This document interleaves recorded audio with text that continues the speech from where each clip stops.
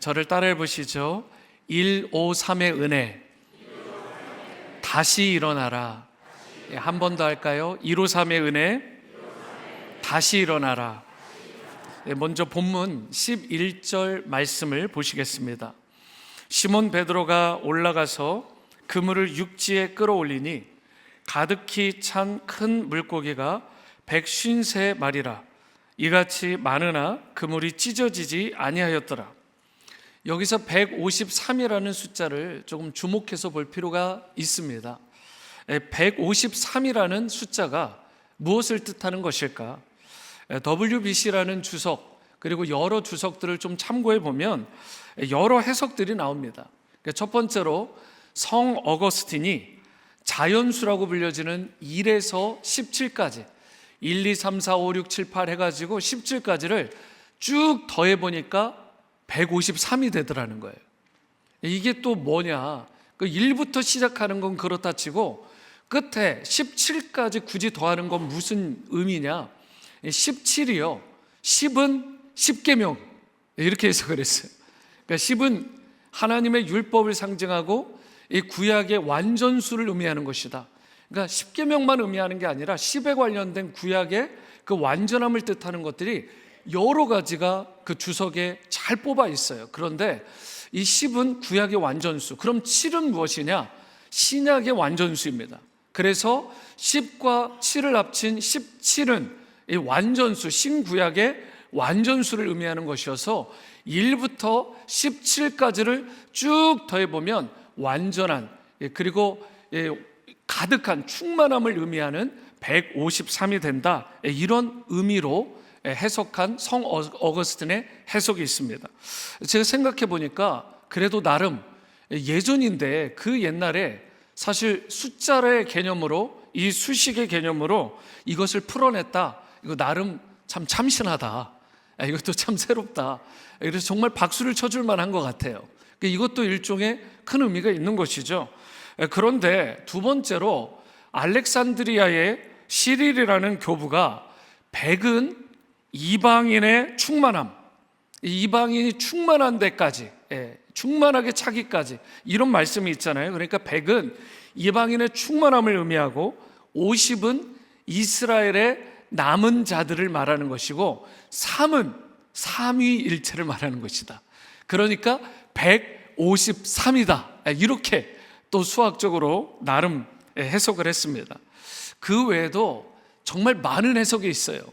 신학자들이 참 많이 수고를 해서 나름 해석을 많이들 했는데요.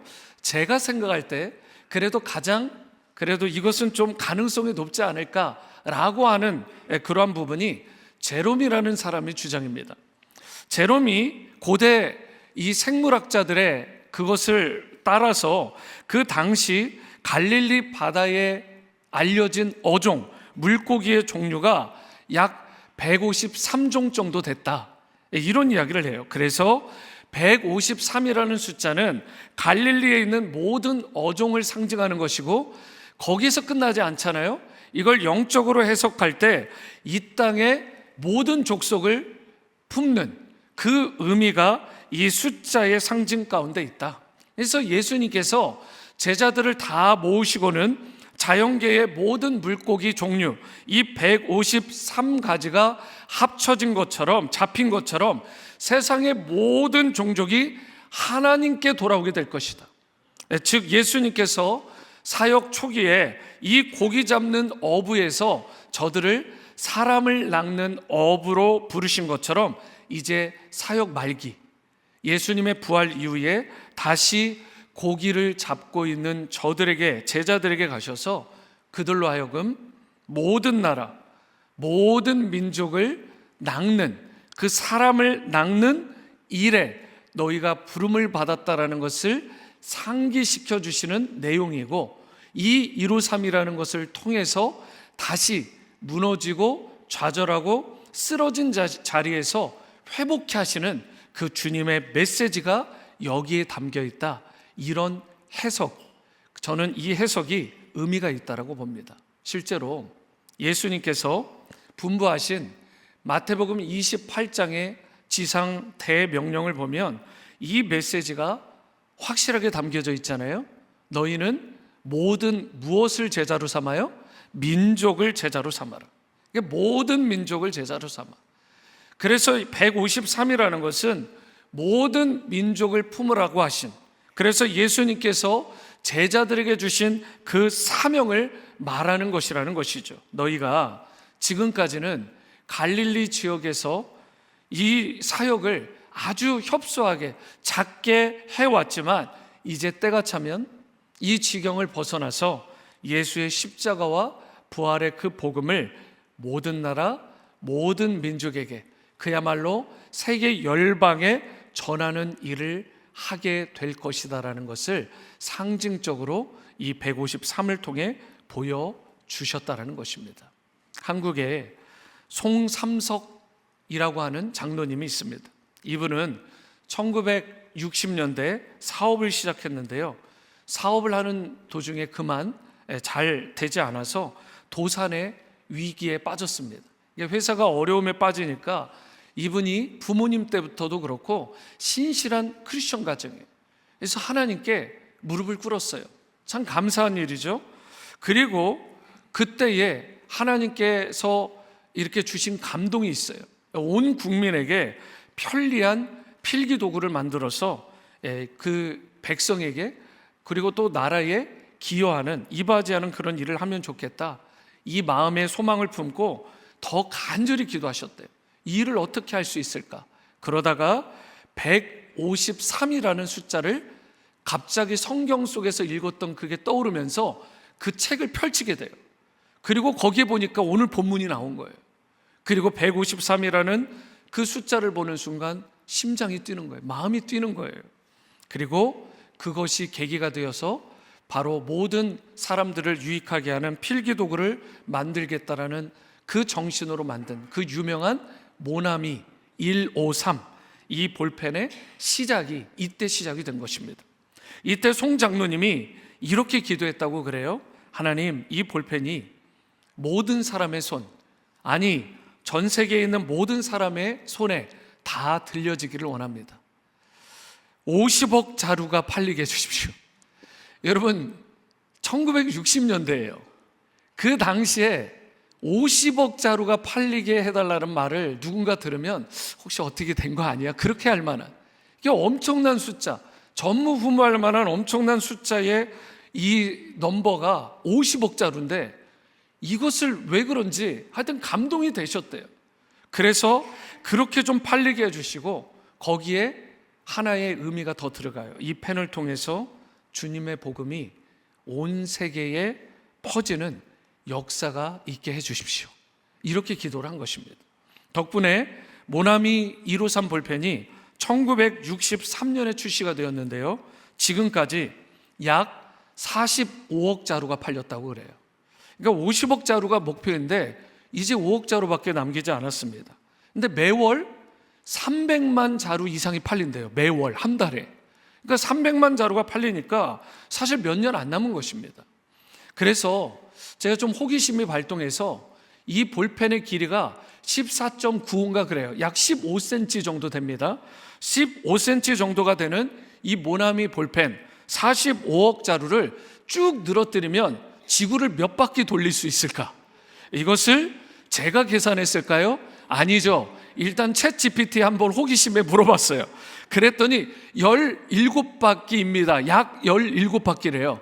제가 또 호기심이 발동했죠. 직접 계산을 해봤습니다. 진짜 맞아요. 17바퀴 정도를 돌릴 수 있는 어마어마한 양이 팔린 거예요.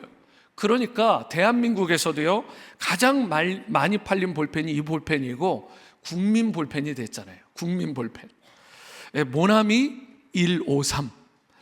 송삼석 장로님이요, 회사가 어렵던 당시에 이처럼 모나미 153 볼펜을 시작할 때에 그 회사의 어려움도 겪어보고 그 가운데서 다시 일어나기를 꿈꾸면서 하나님께 회개하는 가운데 이런 서원 기도를 드렸다고 합니다. 첫 번째로 주일 성수를 하지 않은 것을 회개합니다. 이제부터 주일 성수를 하겠습니다. 둘째, 돈을 많이 벌고도 그동안 11조를 하지 않았습니다. 하나님의 것을 떼어 먹었습니다. 이제부터 11조를 하겠습니다. 세 번째로 새벽마다 주님 앞에 기도하지 않은 것을 회개합니다. 기도하기를 쉬는 죄를 범하지 않겠습니다. 이제 새벽 기도를 하겠습니다. 얼마 전에 기소를 보니까 이분이 한국의 아주 건강한 교회 중에 하나인데 그곳에서 장로를 꾸준히 하시다가 이제 얼마 전에 은퇴를 잘 하시고, 그리고 그동안 이 스피릿, 이 정신을 잘 지키면서 은퇴까지 하셨다, 이런 기사를 제가 보게 됐습니다.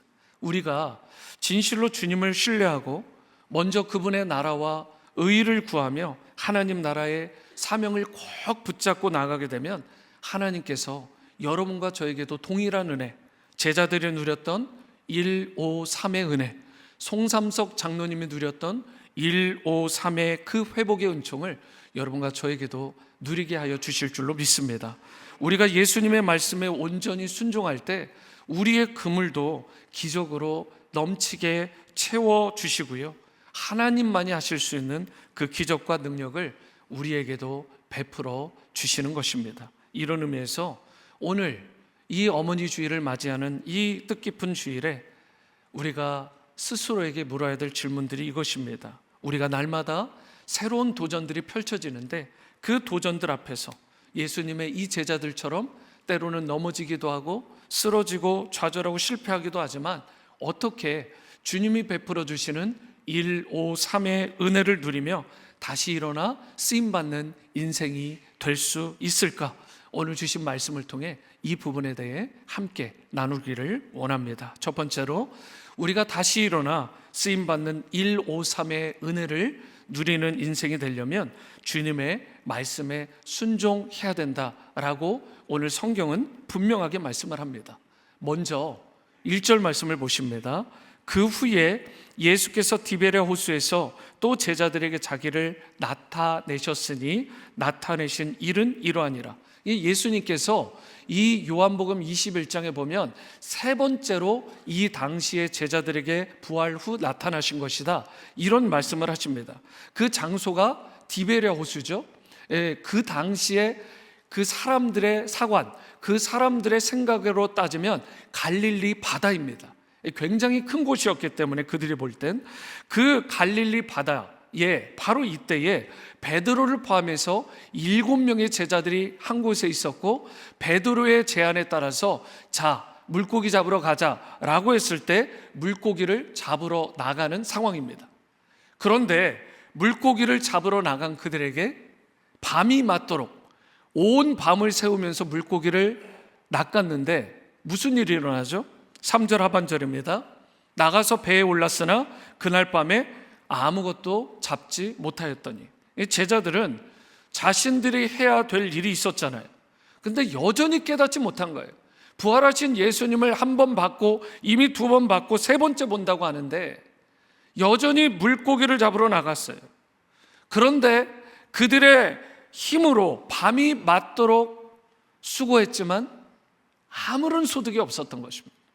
부활하신 예수님을 뵙고도 십자가와 부활의 예수님을 증거하기는커녕 그 사명을 아주 새까맣게 잊어버리고 물고기만 잡으러 나간 제자들에게 3절 하반절 세번역 말씀과 같은 결과가 주어진 거예요. 그러나 그날 밤에는 고기를 한 마리도 잡지 못했다. 단 한 마리도. 하여튼 하나님이 역사하신 거예요. 그러니까 이 어부들도요, 베드로도요, 뭔가 이게 섬뜩한 느낌이 났을 것 같아요. 밤새도록 그물을 내렸는데 이렇게 한 마리도 잡힐 수 없다. 여러분, 이건 너무 희귀한 일인 거예요. 이상한 일이죠. 누가복음 5장에도 보면 예수님께서 처음 시몬 베드로를 부르실 때 장면이 나옵니다. 누가복음 5장 4절. 말씀을 마치시고 시몬에게 이르시되 깊은 데로 가서 그물을 내려 고기를 잡아라.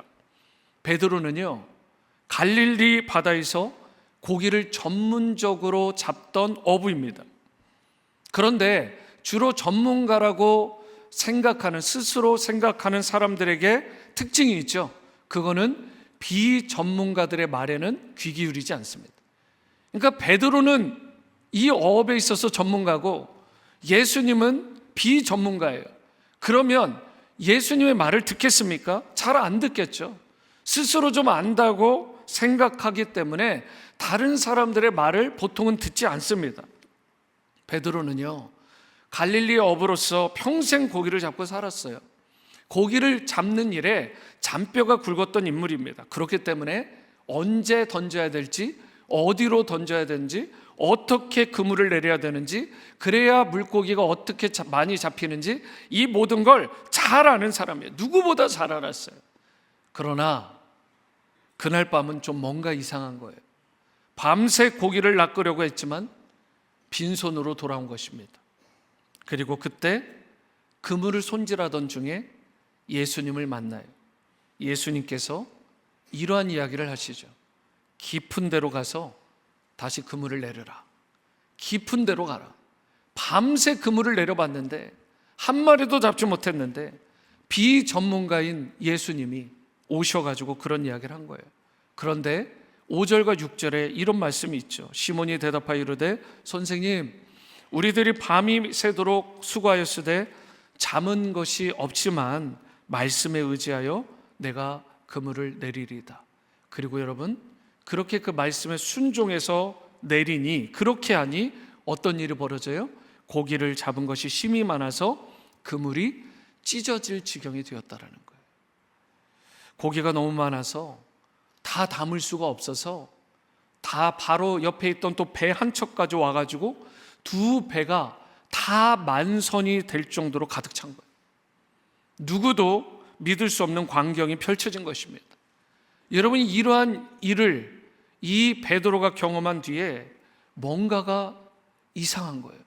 그리고 특별하게 느껴지는 거예요. 자신 앞에 있는 바로 자기에게 말씀하신 이분이 보통 분이 아니시구나, 주님이시구나. 그래서 예수님 앞에 이런 고백을 해요. 8절, 시몬 베드로가 이를 보고 예수의 무릎 아래에 엎드려 이르되 주여 나를 떠나소서 나는 죄인이로소이다 하니. 전능하신 예수님 앞에, 그분 앞에 서게 되면 우리 인생도 진정한 고백이 이렇게 터져 나오는 것입니다. 주님, 나를 떠나십시오. 나는 죄인입니다.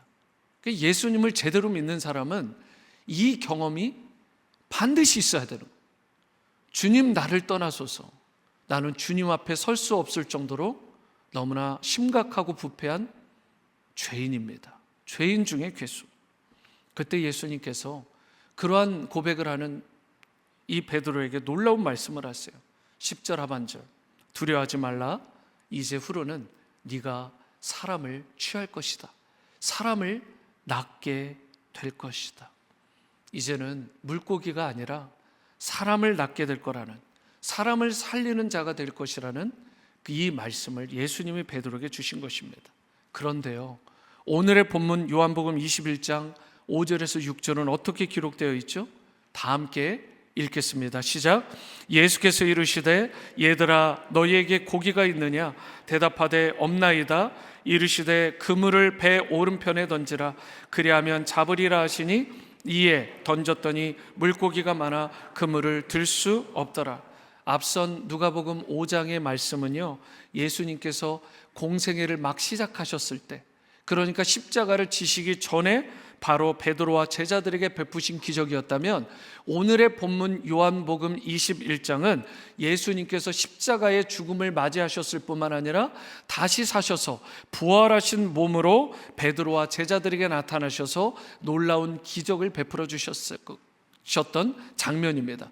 그러니까 이 베드로의 입장에서 보면 자기를 처음 부르실 때도, 부활하시고 나서 이제 곧 승천하시기 직전에도 자기에게 이 현장에서, 삶의 현장에서 물고기를 낚는 자가 아니라 사람을 낚는 어부로, 사람을 낚는 제자로 그를 부르셨다는 사실을 다시 한번 강력하게 이 요한복음 21장을 통해 리마인드가 된 것입니다.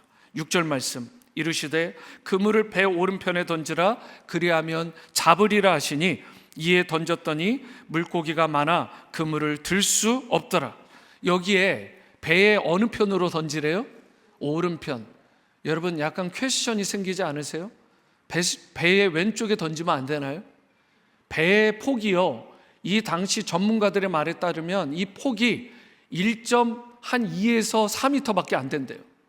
그러니까 우리 키가 보통 다 2m가 좀 안 되잖아요. 다 2m 안 되는 건 비슷비슷하잖아요. 그런데 이 배의 크기가 폭이 1.2에서 4m, 1.4m, 그러니까 2m가 안 되는 거예요. 폭이 한 이만한 것입니다.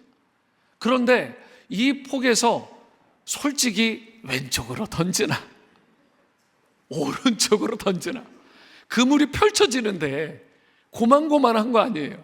그런데 예수님이 콕 집어가지고 얘야, 왼쪽으로 던지면 물고기 하나도 안 잡힌다. 내가 말하는데 오른쪽으로 던지라고. 그러면 가득 찰 거야. 지금 이 얘기를 하시는 거예요.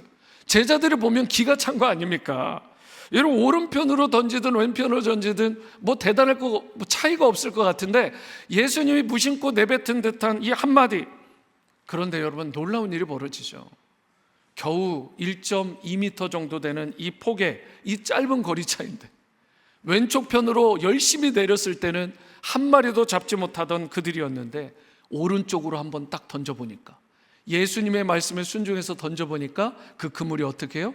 가득 채워졌어요. 153마리. 그것도 원어로 보면 물고기, 생선이요, 요만한 조그만 게 아닙니다. 토실토실한 상품성이 가득한 엄청난 좋은 그 물고기를 153마리를 그 그물에다가 예수님이 밀어 넣어 주신 거죠. 밀어 넣어 주신 거잖아요. 그리고 그동안은 부지런히 도망다니게 하시다가 밤새도록 치면 이리로 가라, 저리다 치면 또 도망가게 하시고, 그러다가 자, 이제는 잡힐 때가 됐다, 오른쪽에 그물이 내려올 거야, 그쪽으로 들어가라.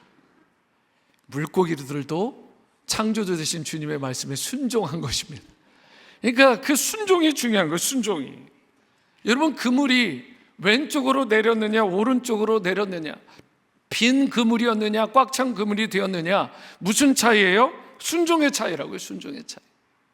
예수님께서 말씀하실 때 믿음으로 순종하여 그물을 내리면 여러분과 저의 인생도 빈 그물과 같은 인생마저도 가득 채워지는 그물의 인생으로 변화됨을 믿으시기 바랍니다.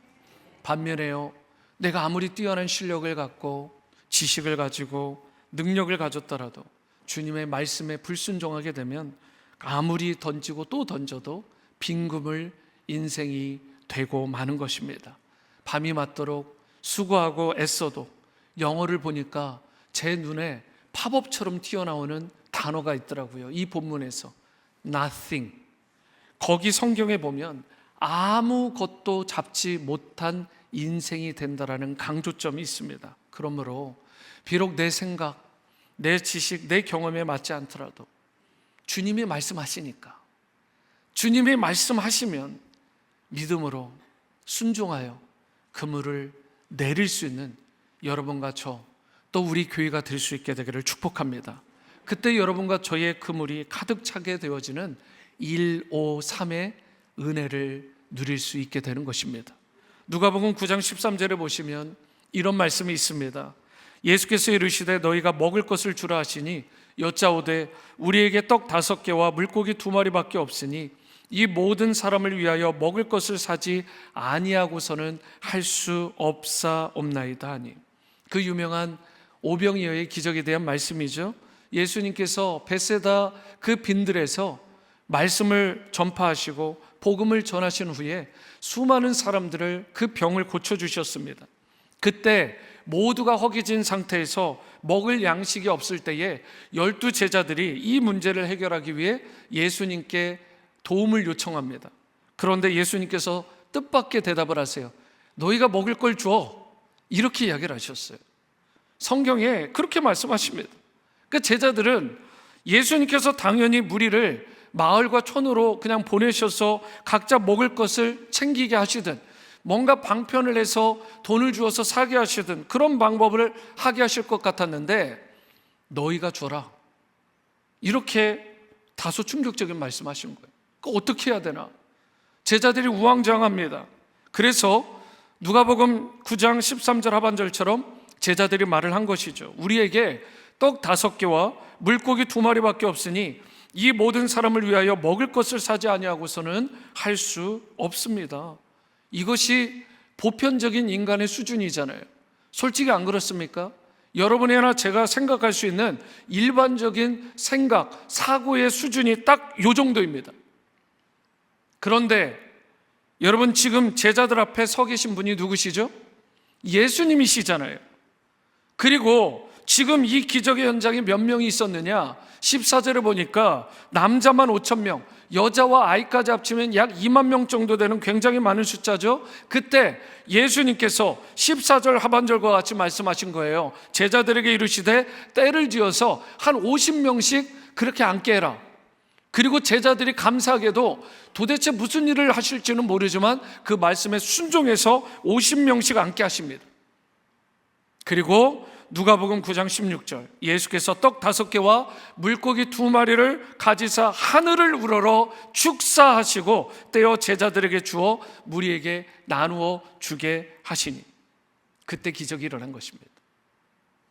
17절에 보니까 남은 조각을 12바구니에 거두었다고까지 말씀하세요. 그러니까 예수님께서 이 오병이어의 기적을 이루시기 전에 아무 일도 안 하신 게 아니잖아요. 그 기적을 일으키시기 전에 수많은 사람들을 치료해 주셨어요. 귀신을 내어 쫓아 주셨어요.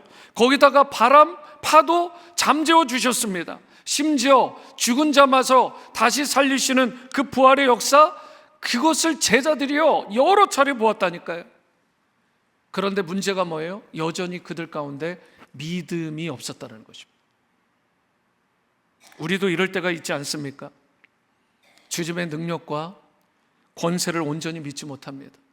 주님의 기적을 여러분 옛날 것으로 치부해버리고 그 기적은 나의 상식과 벗어나는 일이라고 그냥 멀찌감치 던져버리는 일이 있어요.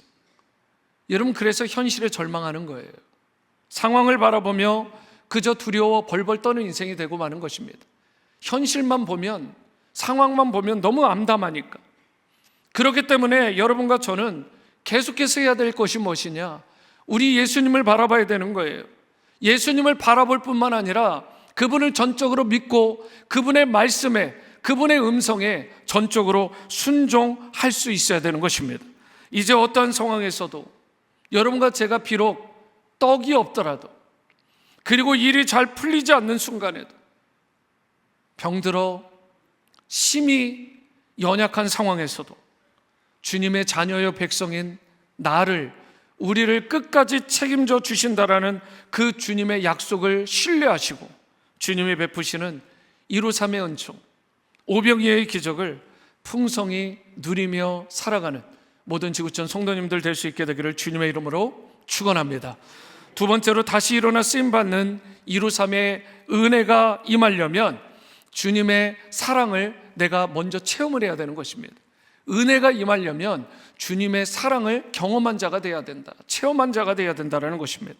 7절 말씀을 보시겠습니다.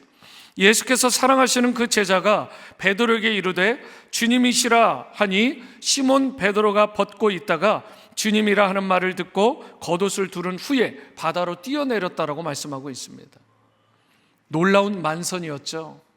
153의 그 은혜를 경험한 이 베드로가 지금 충격에 휩싸여 있을 때 요한이 주님이시다 이 한마디를 딱 하자 베드로가 겉옷을 딱 두르고는 바다로 뛰어들었습니다. 성경에 보니까 이 배에서 육지까지의 거리가 한 50칸쯤 된다. 이것이 90m 정도 됩니다. 많게는 100m 정도로 보는데, 그런데 약 90m면은요 갈릴리 바다에서 수영을 제법 한다고 해도요 파도가 있고 여러분 제법 쉽지 않은 거리입니다. 그리고 지금 배를 타고 있잖아요. 그러면 보통은 어떻게 해요? 자, 노를 저어서 빨리 가자 이렇게 할 텐데 베드로가요 물에 그냥 뛰어들어가 버립니다. 왜 그랬을까? 이 장면이 그려지세요?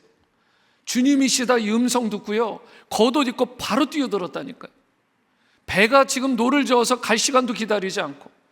저는 베드로가 예수님을 너무 사랑했기 때문에 그 예수님을 그동안 너무 그리워했던 거예요.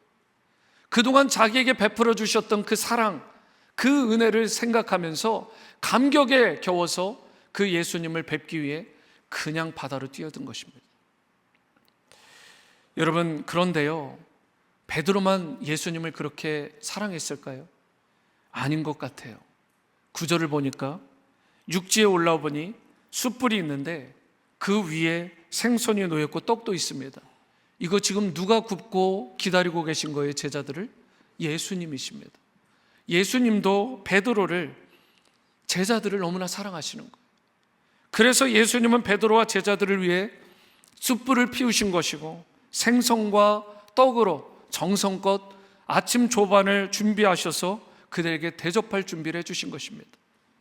시애틀에 제가 갈 일이 있었는데 한번 가보니까요, 거기에 시애틀에 스타벅스 1호점이 있더라고요. 1호점에 가보고 거기 히스토리를 보게 되니까 원래 새벽까지 조업을 마친 이 어부들이 있잖아요, 얼마나 밤새 추워요.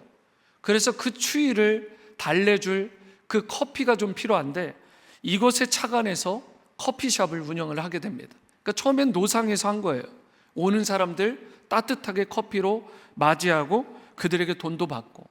근데 이것이 커피가 맛집이 된 거예요. 소문이 나서 이 시애틀 근교에 2호점도 생기고 3호점도 생기고 그렇게 점차 생겼어요. 그러다가 2024년 전체 이제 사업 보고서를 하잖아요. 스타벅스의 사업 보고서를 보니까 전 세계 87개국에 4199개의 매장을 운영하는 세계 최대의 커피 체인점이 바로 여기에서 그 의미로 시작을 한 것입니다. 여러분, 이처럼 새벽녘까지 조업을 한다? 정말 춥고요, 정말 허기진 상태입니다. 그렇게 밤새 허기지고 추위에 떨던 이 제자들을 위해서 예수님이 손수 아침 식사를 준비해 주신 거예요. 그런데 베드로가 숯불을 보면서 처음 무엇을 떠올렸을까요? 아마도 예수님을 부인했던 자신의 모습을 떠올렸지 않겠어요? 그런데 예수님께서는 베드로가 그와 같이 무너지고 좌절하고 실패한 상태로만 있기를 원하지 않으셨던 것입니다.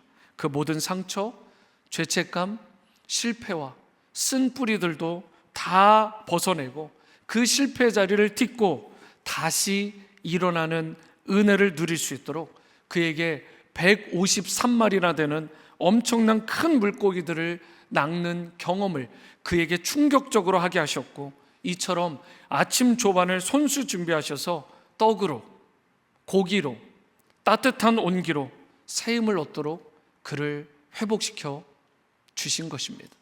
예수님의 사랑이죠. 우리가 주님이 맡기신 사역을 감당하는 것, 열심히 일하고 수고하는 것 너무 중요하죠. 그렇게 해야 됩니다. 그러나 그 이전에 여러분과 저에게 반드시 선행되어야 될 것이 있습니다. 그것이 바로 예수 그리스도의 나를 향한 사랑의 회복입니다. 그 사랑의 확신이에요. 추위에 헐벗고 굶주린 나를 돌아보시고 영적으로, 육적으로, 심적으로 먹이시고 채우시고 회복시키시는 그 주님의 따스한 사랑, 빈수레와 같은 인생, 아무것도 얻지 못하고 배회하고 방황하고 좌절한 나의 인생을 다시금 풍성하게 채우시는 예수님의 153의 은혜.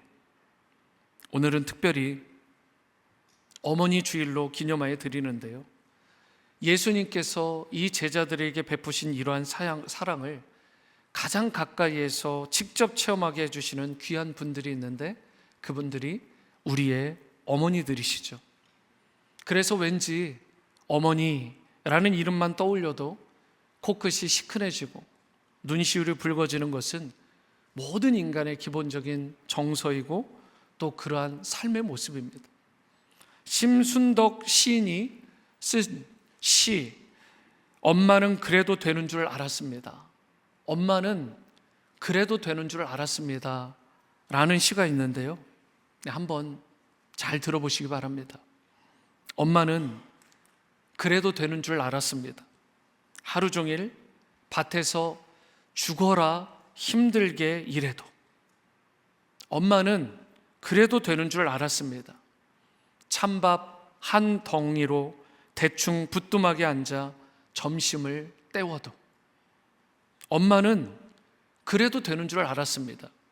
한겨울 냇물에 맨손으로 빨래를 방망이질해도 엄마는 그래도 되는 줄 알았습니다.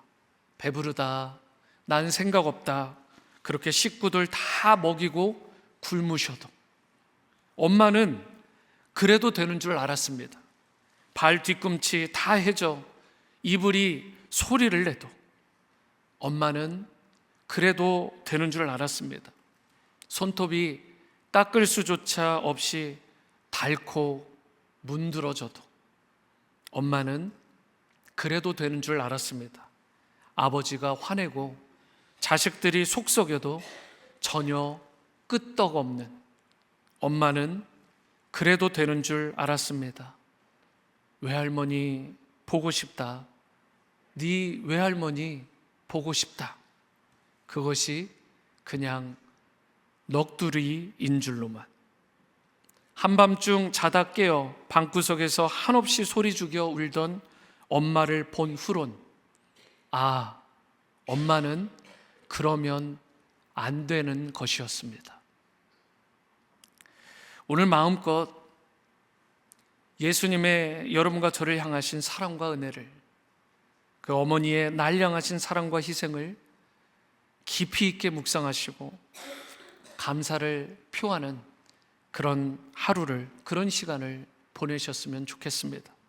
나를 언제나 사랑으로 대하시며 나의 지친 몸과 마음을 회복시키시고 삶의 방향과 사명을 새롭게 하시는 우리 예수님, 또한 동시에 나실 때 괴로움 다 잊으시고 기르실 때 밤낮으로 애쓰시며 진자리 마른 자리 갈아넣으시고 손발이 다 닳도록 고생하시고 사랑해 주시고 희생해 주신 우리 어머니, 여러분과 저를 정말 힘있게 움직이고 다시 회복해 만드는 원천과 능력은 다름 아닌 사랑입니다. 그러므로 나를 사랑하시는 예수님의 사랑으로 여러분과 저의 심령이 가득할 수 있게 되기를 바라고, 이제 사람을 낚는 어부, 영혼에게 새로운 생명을 주는 어부의 사명을 잘 감당하는 여러분과 제가 될 수 있게 되기를 바랍니다. 그리고 어머니의 크신 사랑에 감사하며 어머님이 여러분에게 만약 살아계시다면 그 사랑을 미약하나마 살아생전에 갚을 수 있는, 그리고 그 받은 사랑을 자녀들에게 잘 또한 흘려보낼 수 있는 우리가 될 수 있기를 바랍니다. 이제 여러분과 여러분의 가정이 다시금 주님이 베푸시는 153의 은혜를 풍성히 누릴 수 있게 되기를 바라고, 일평생 주님의 나라와 영광을 위해 힘있게 쓰임받는 신앙의 명문 가정으로 멋진 신앙인들로 다 세워지고 살아가시기를 주님의 이름으로 축원합니다.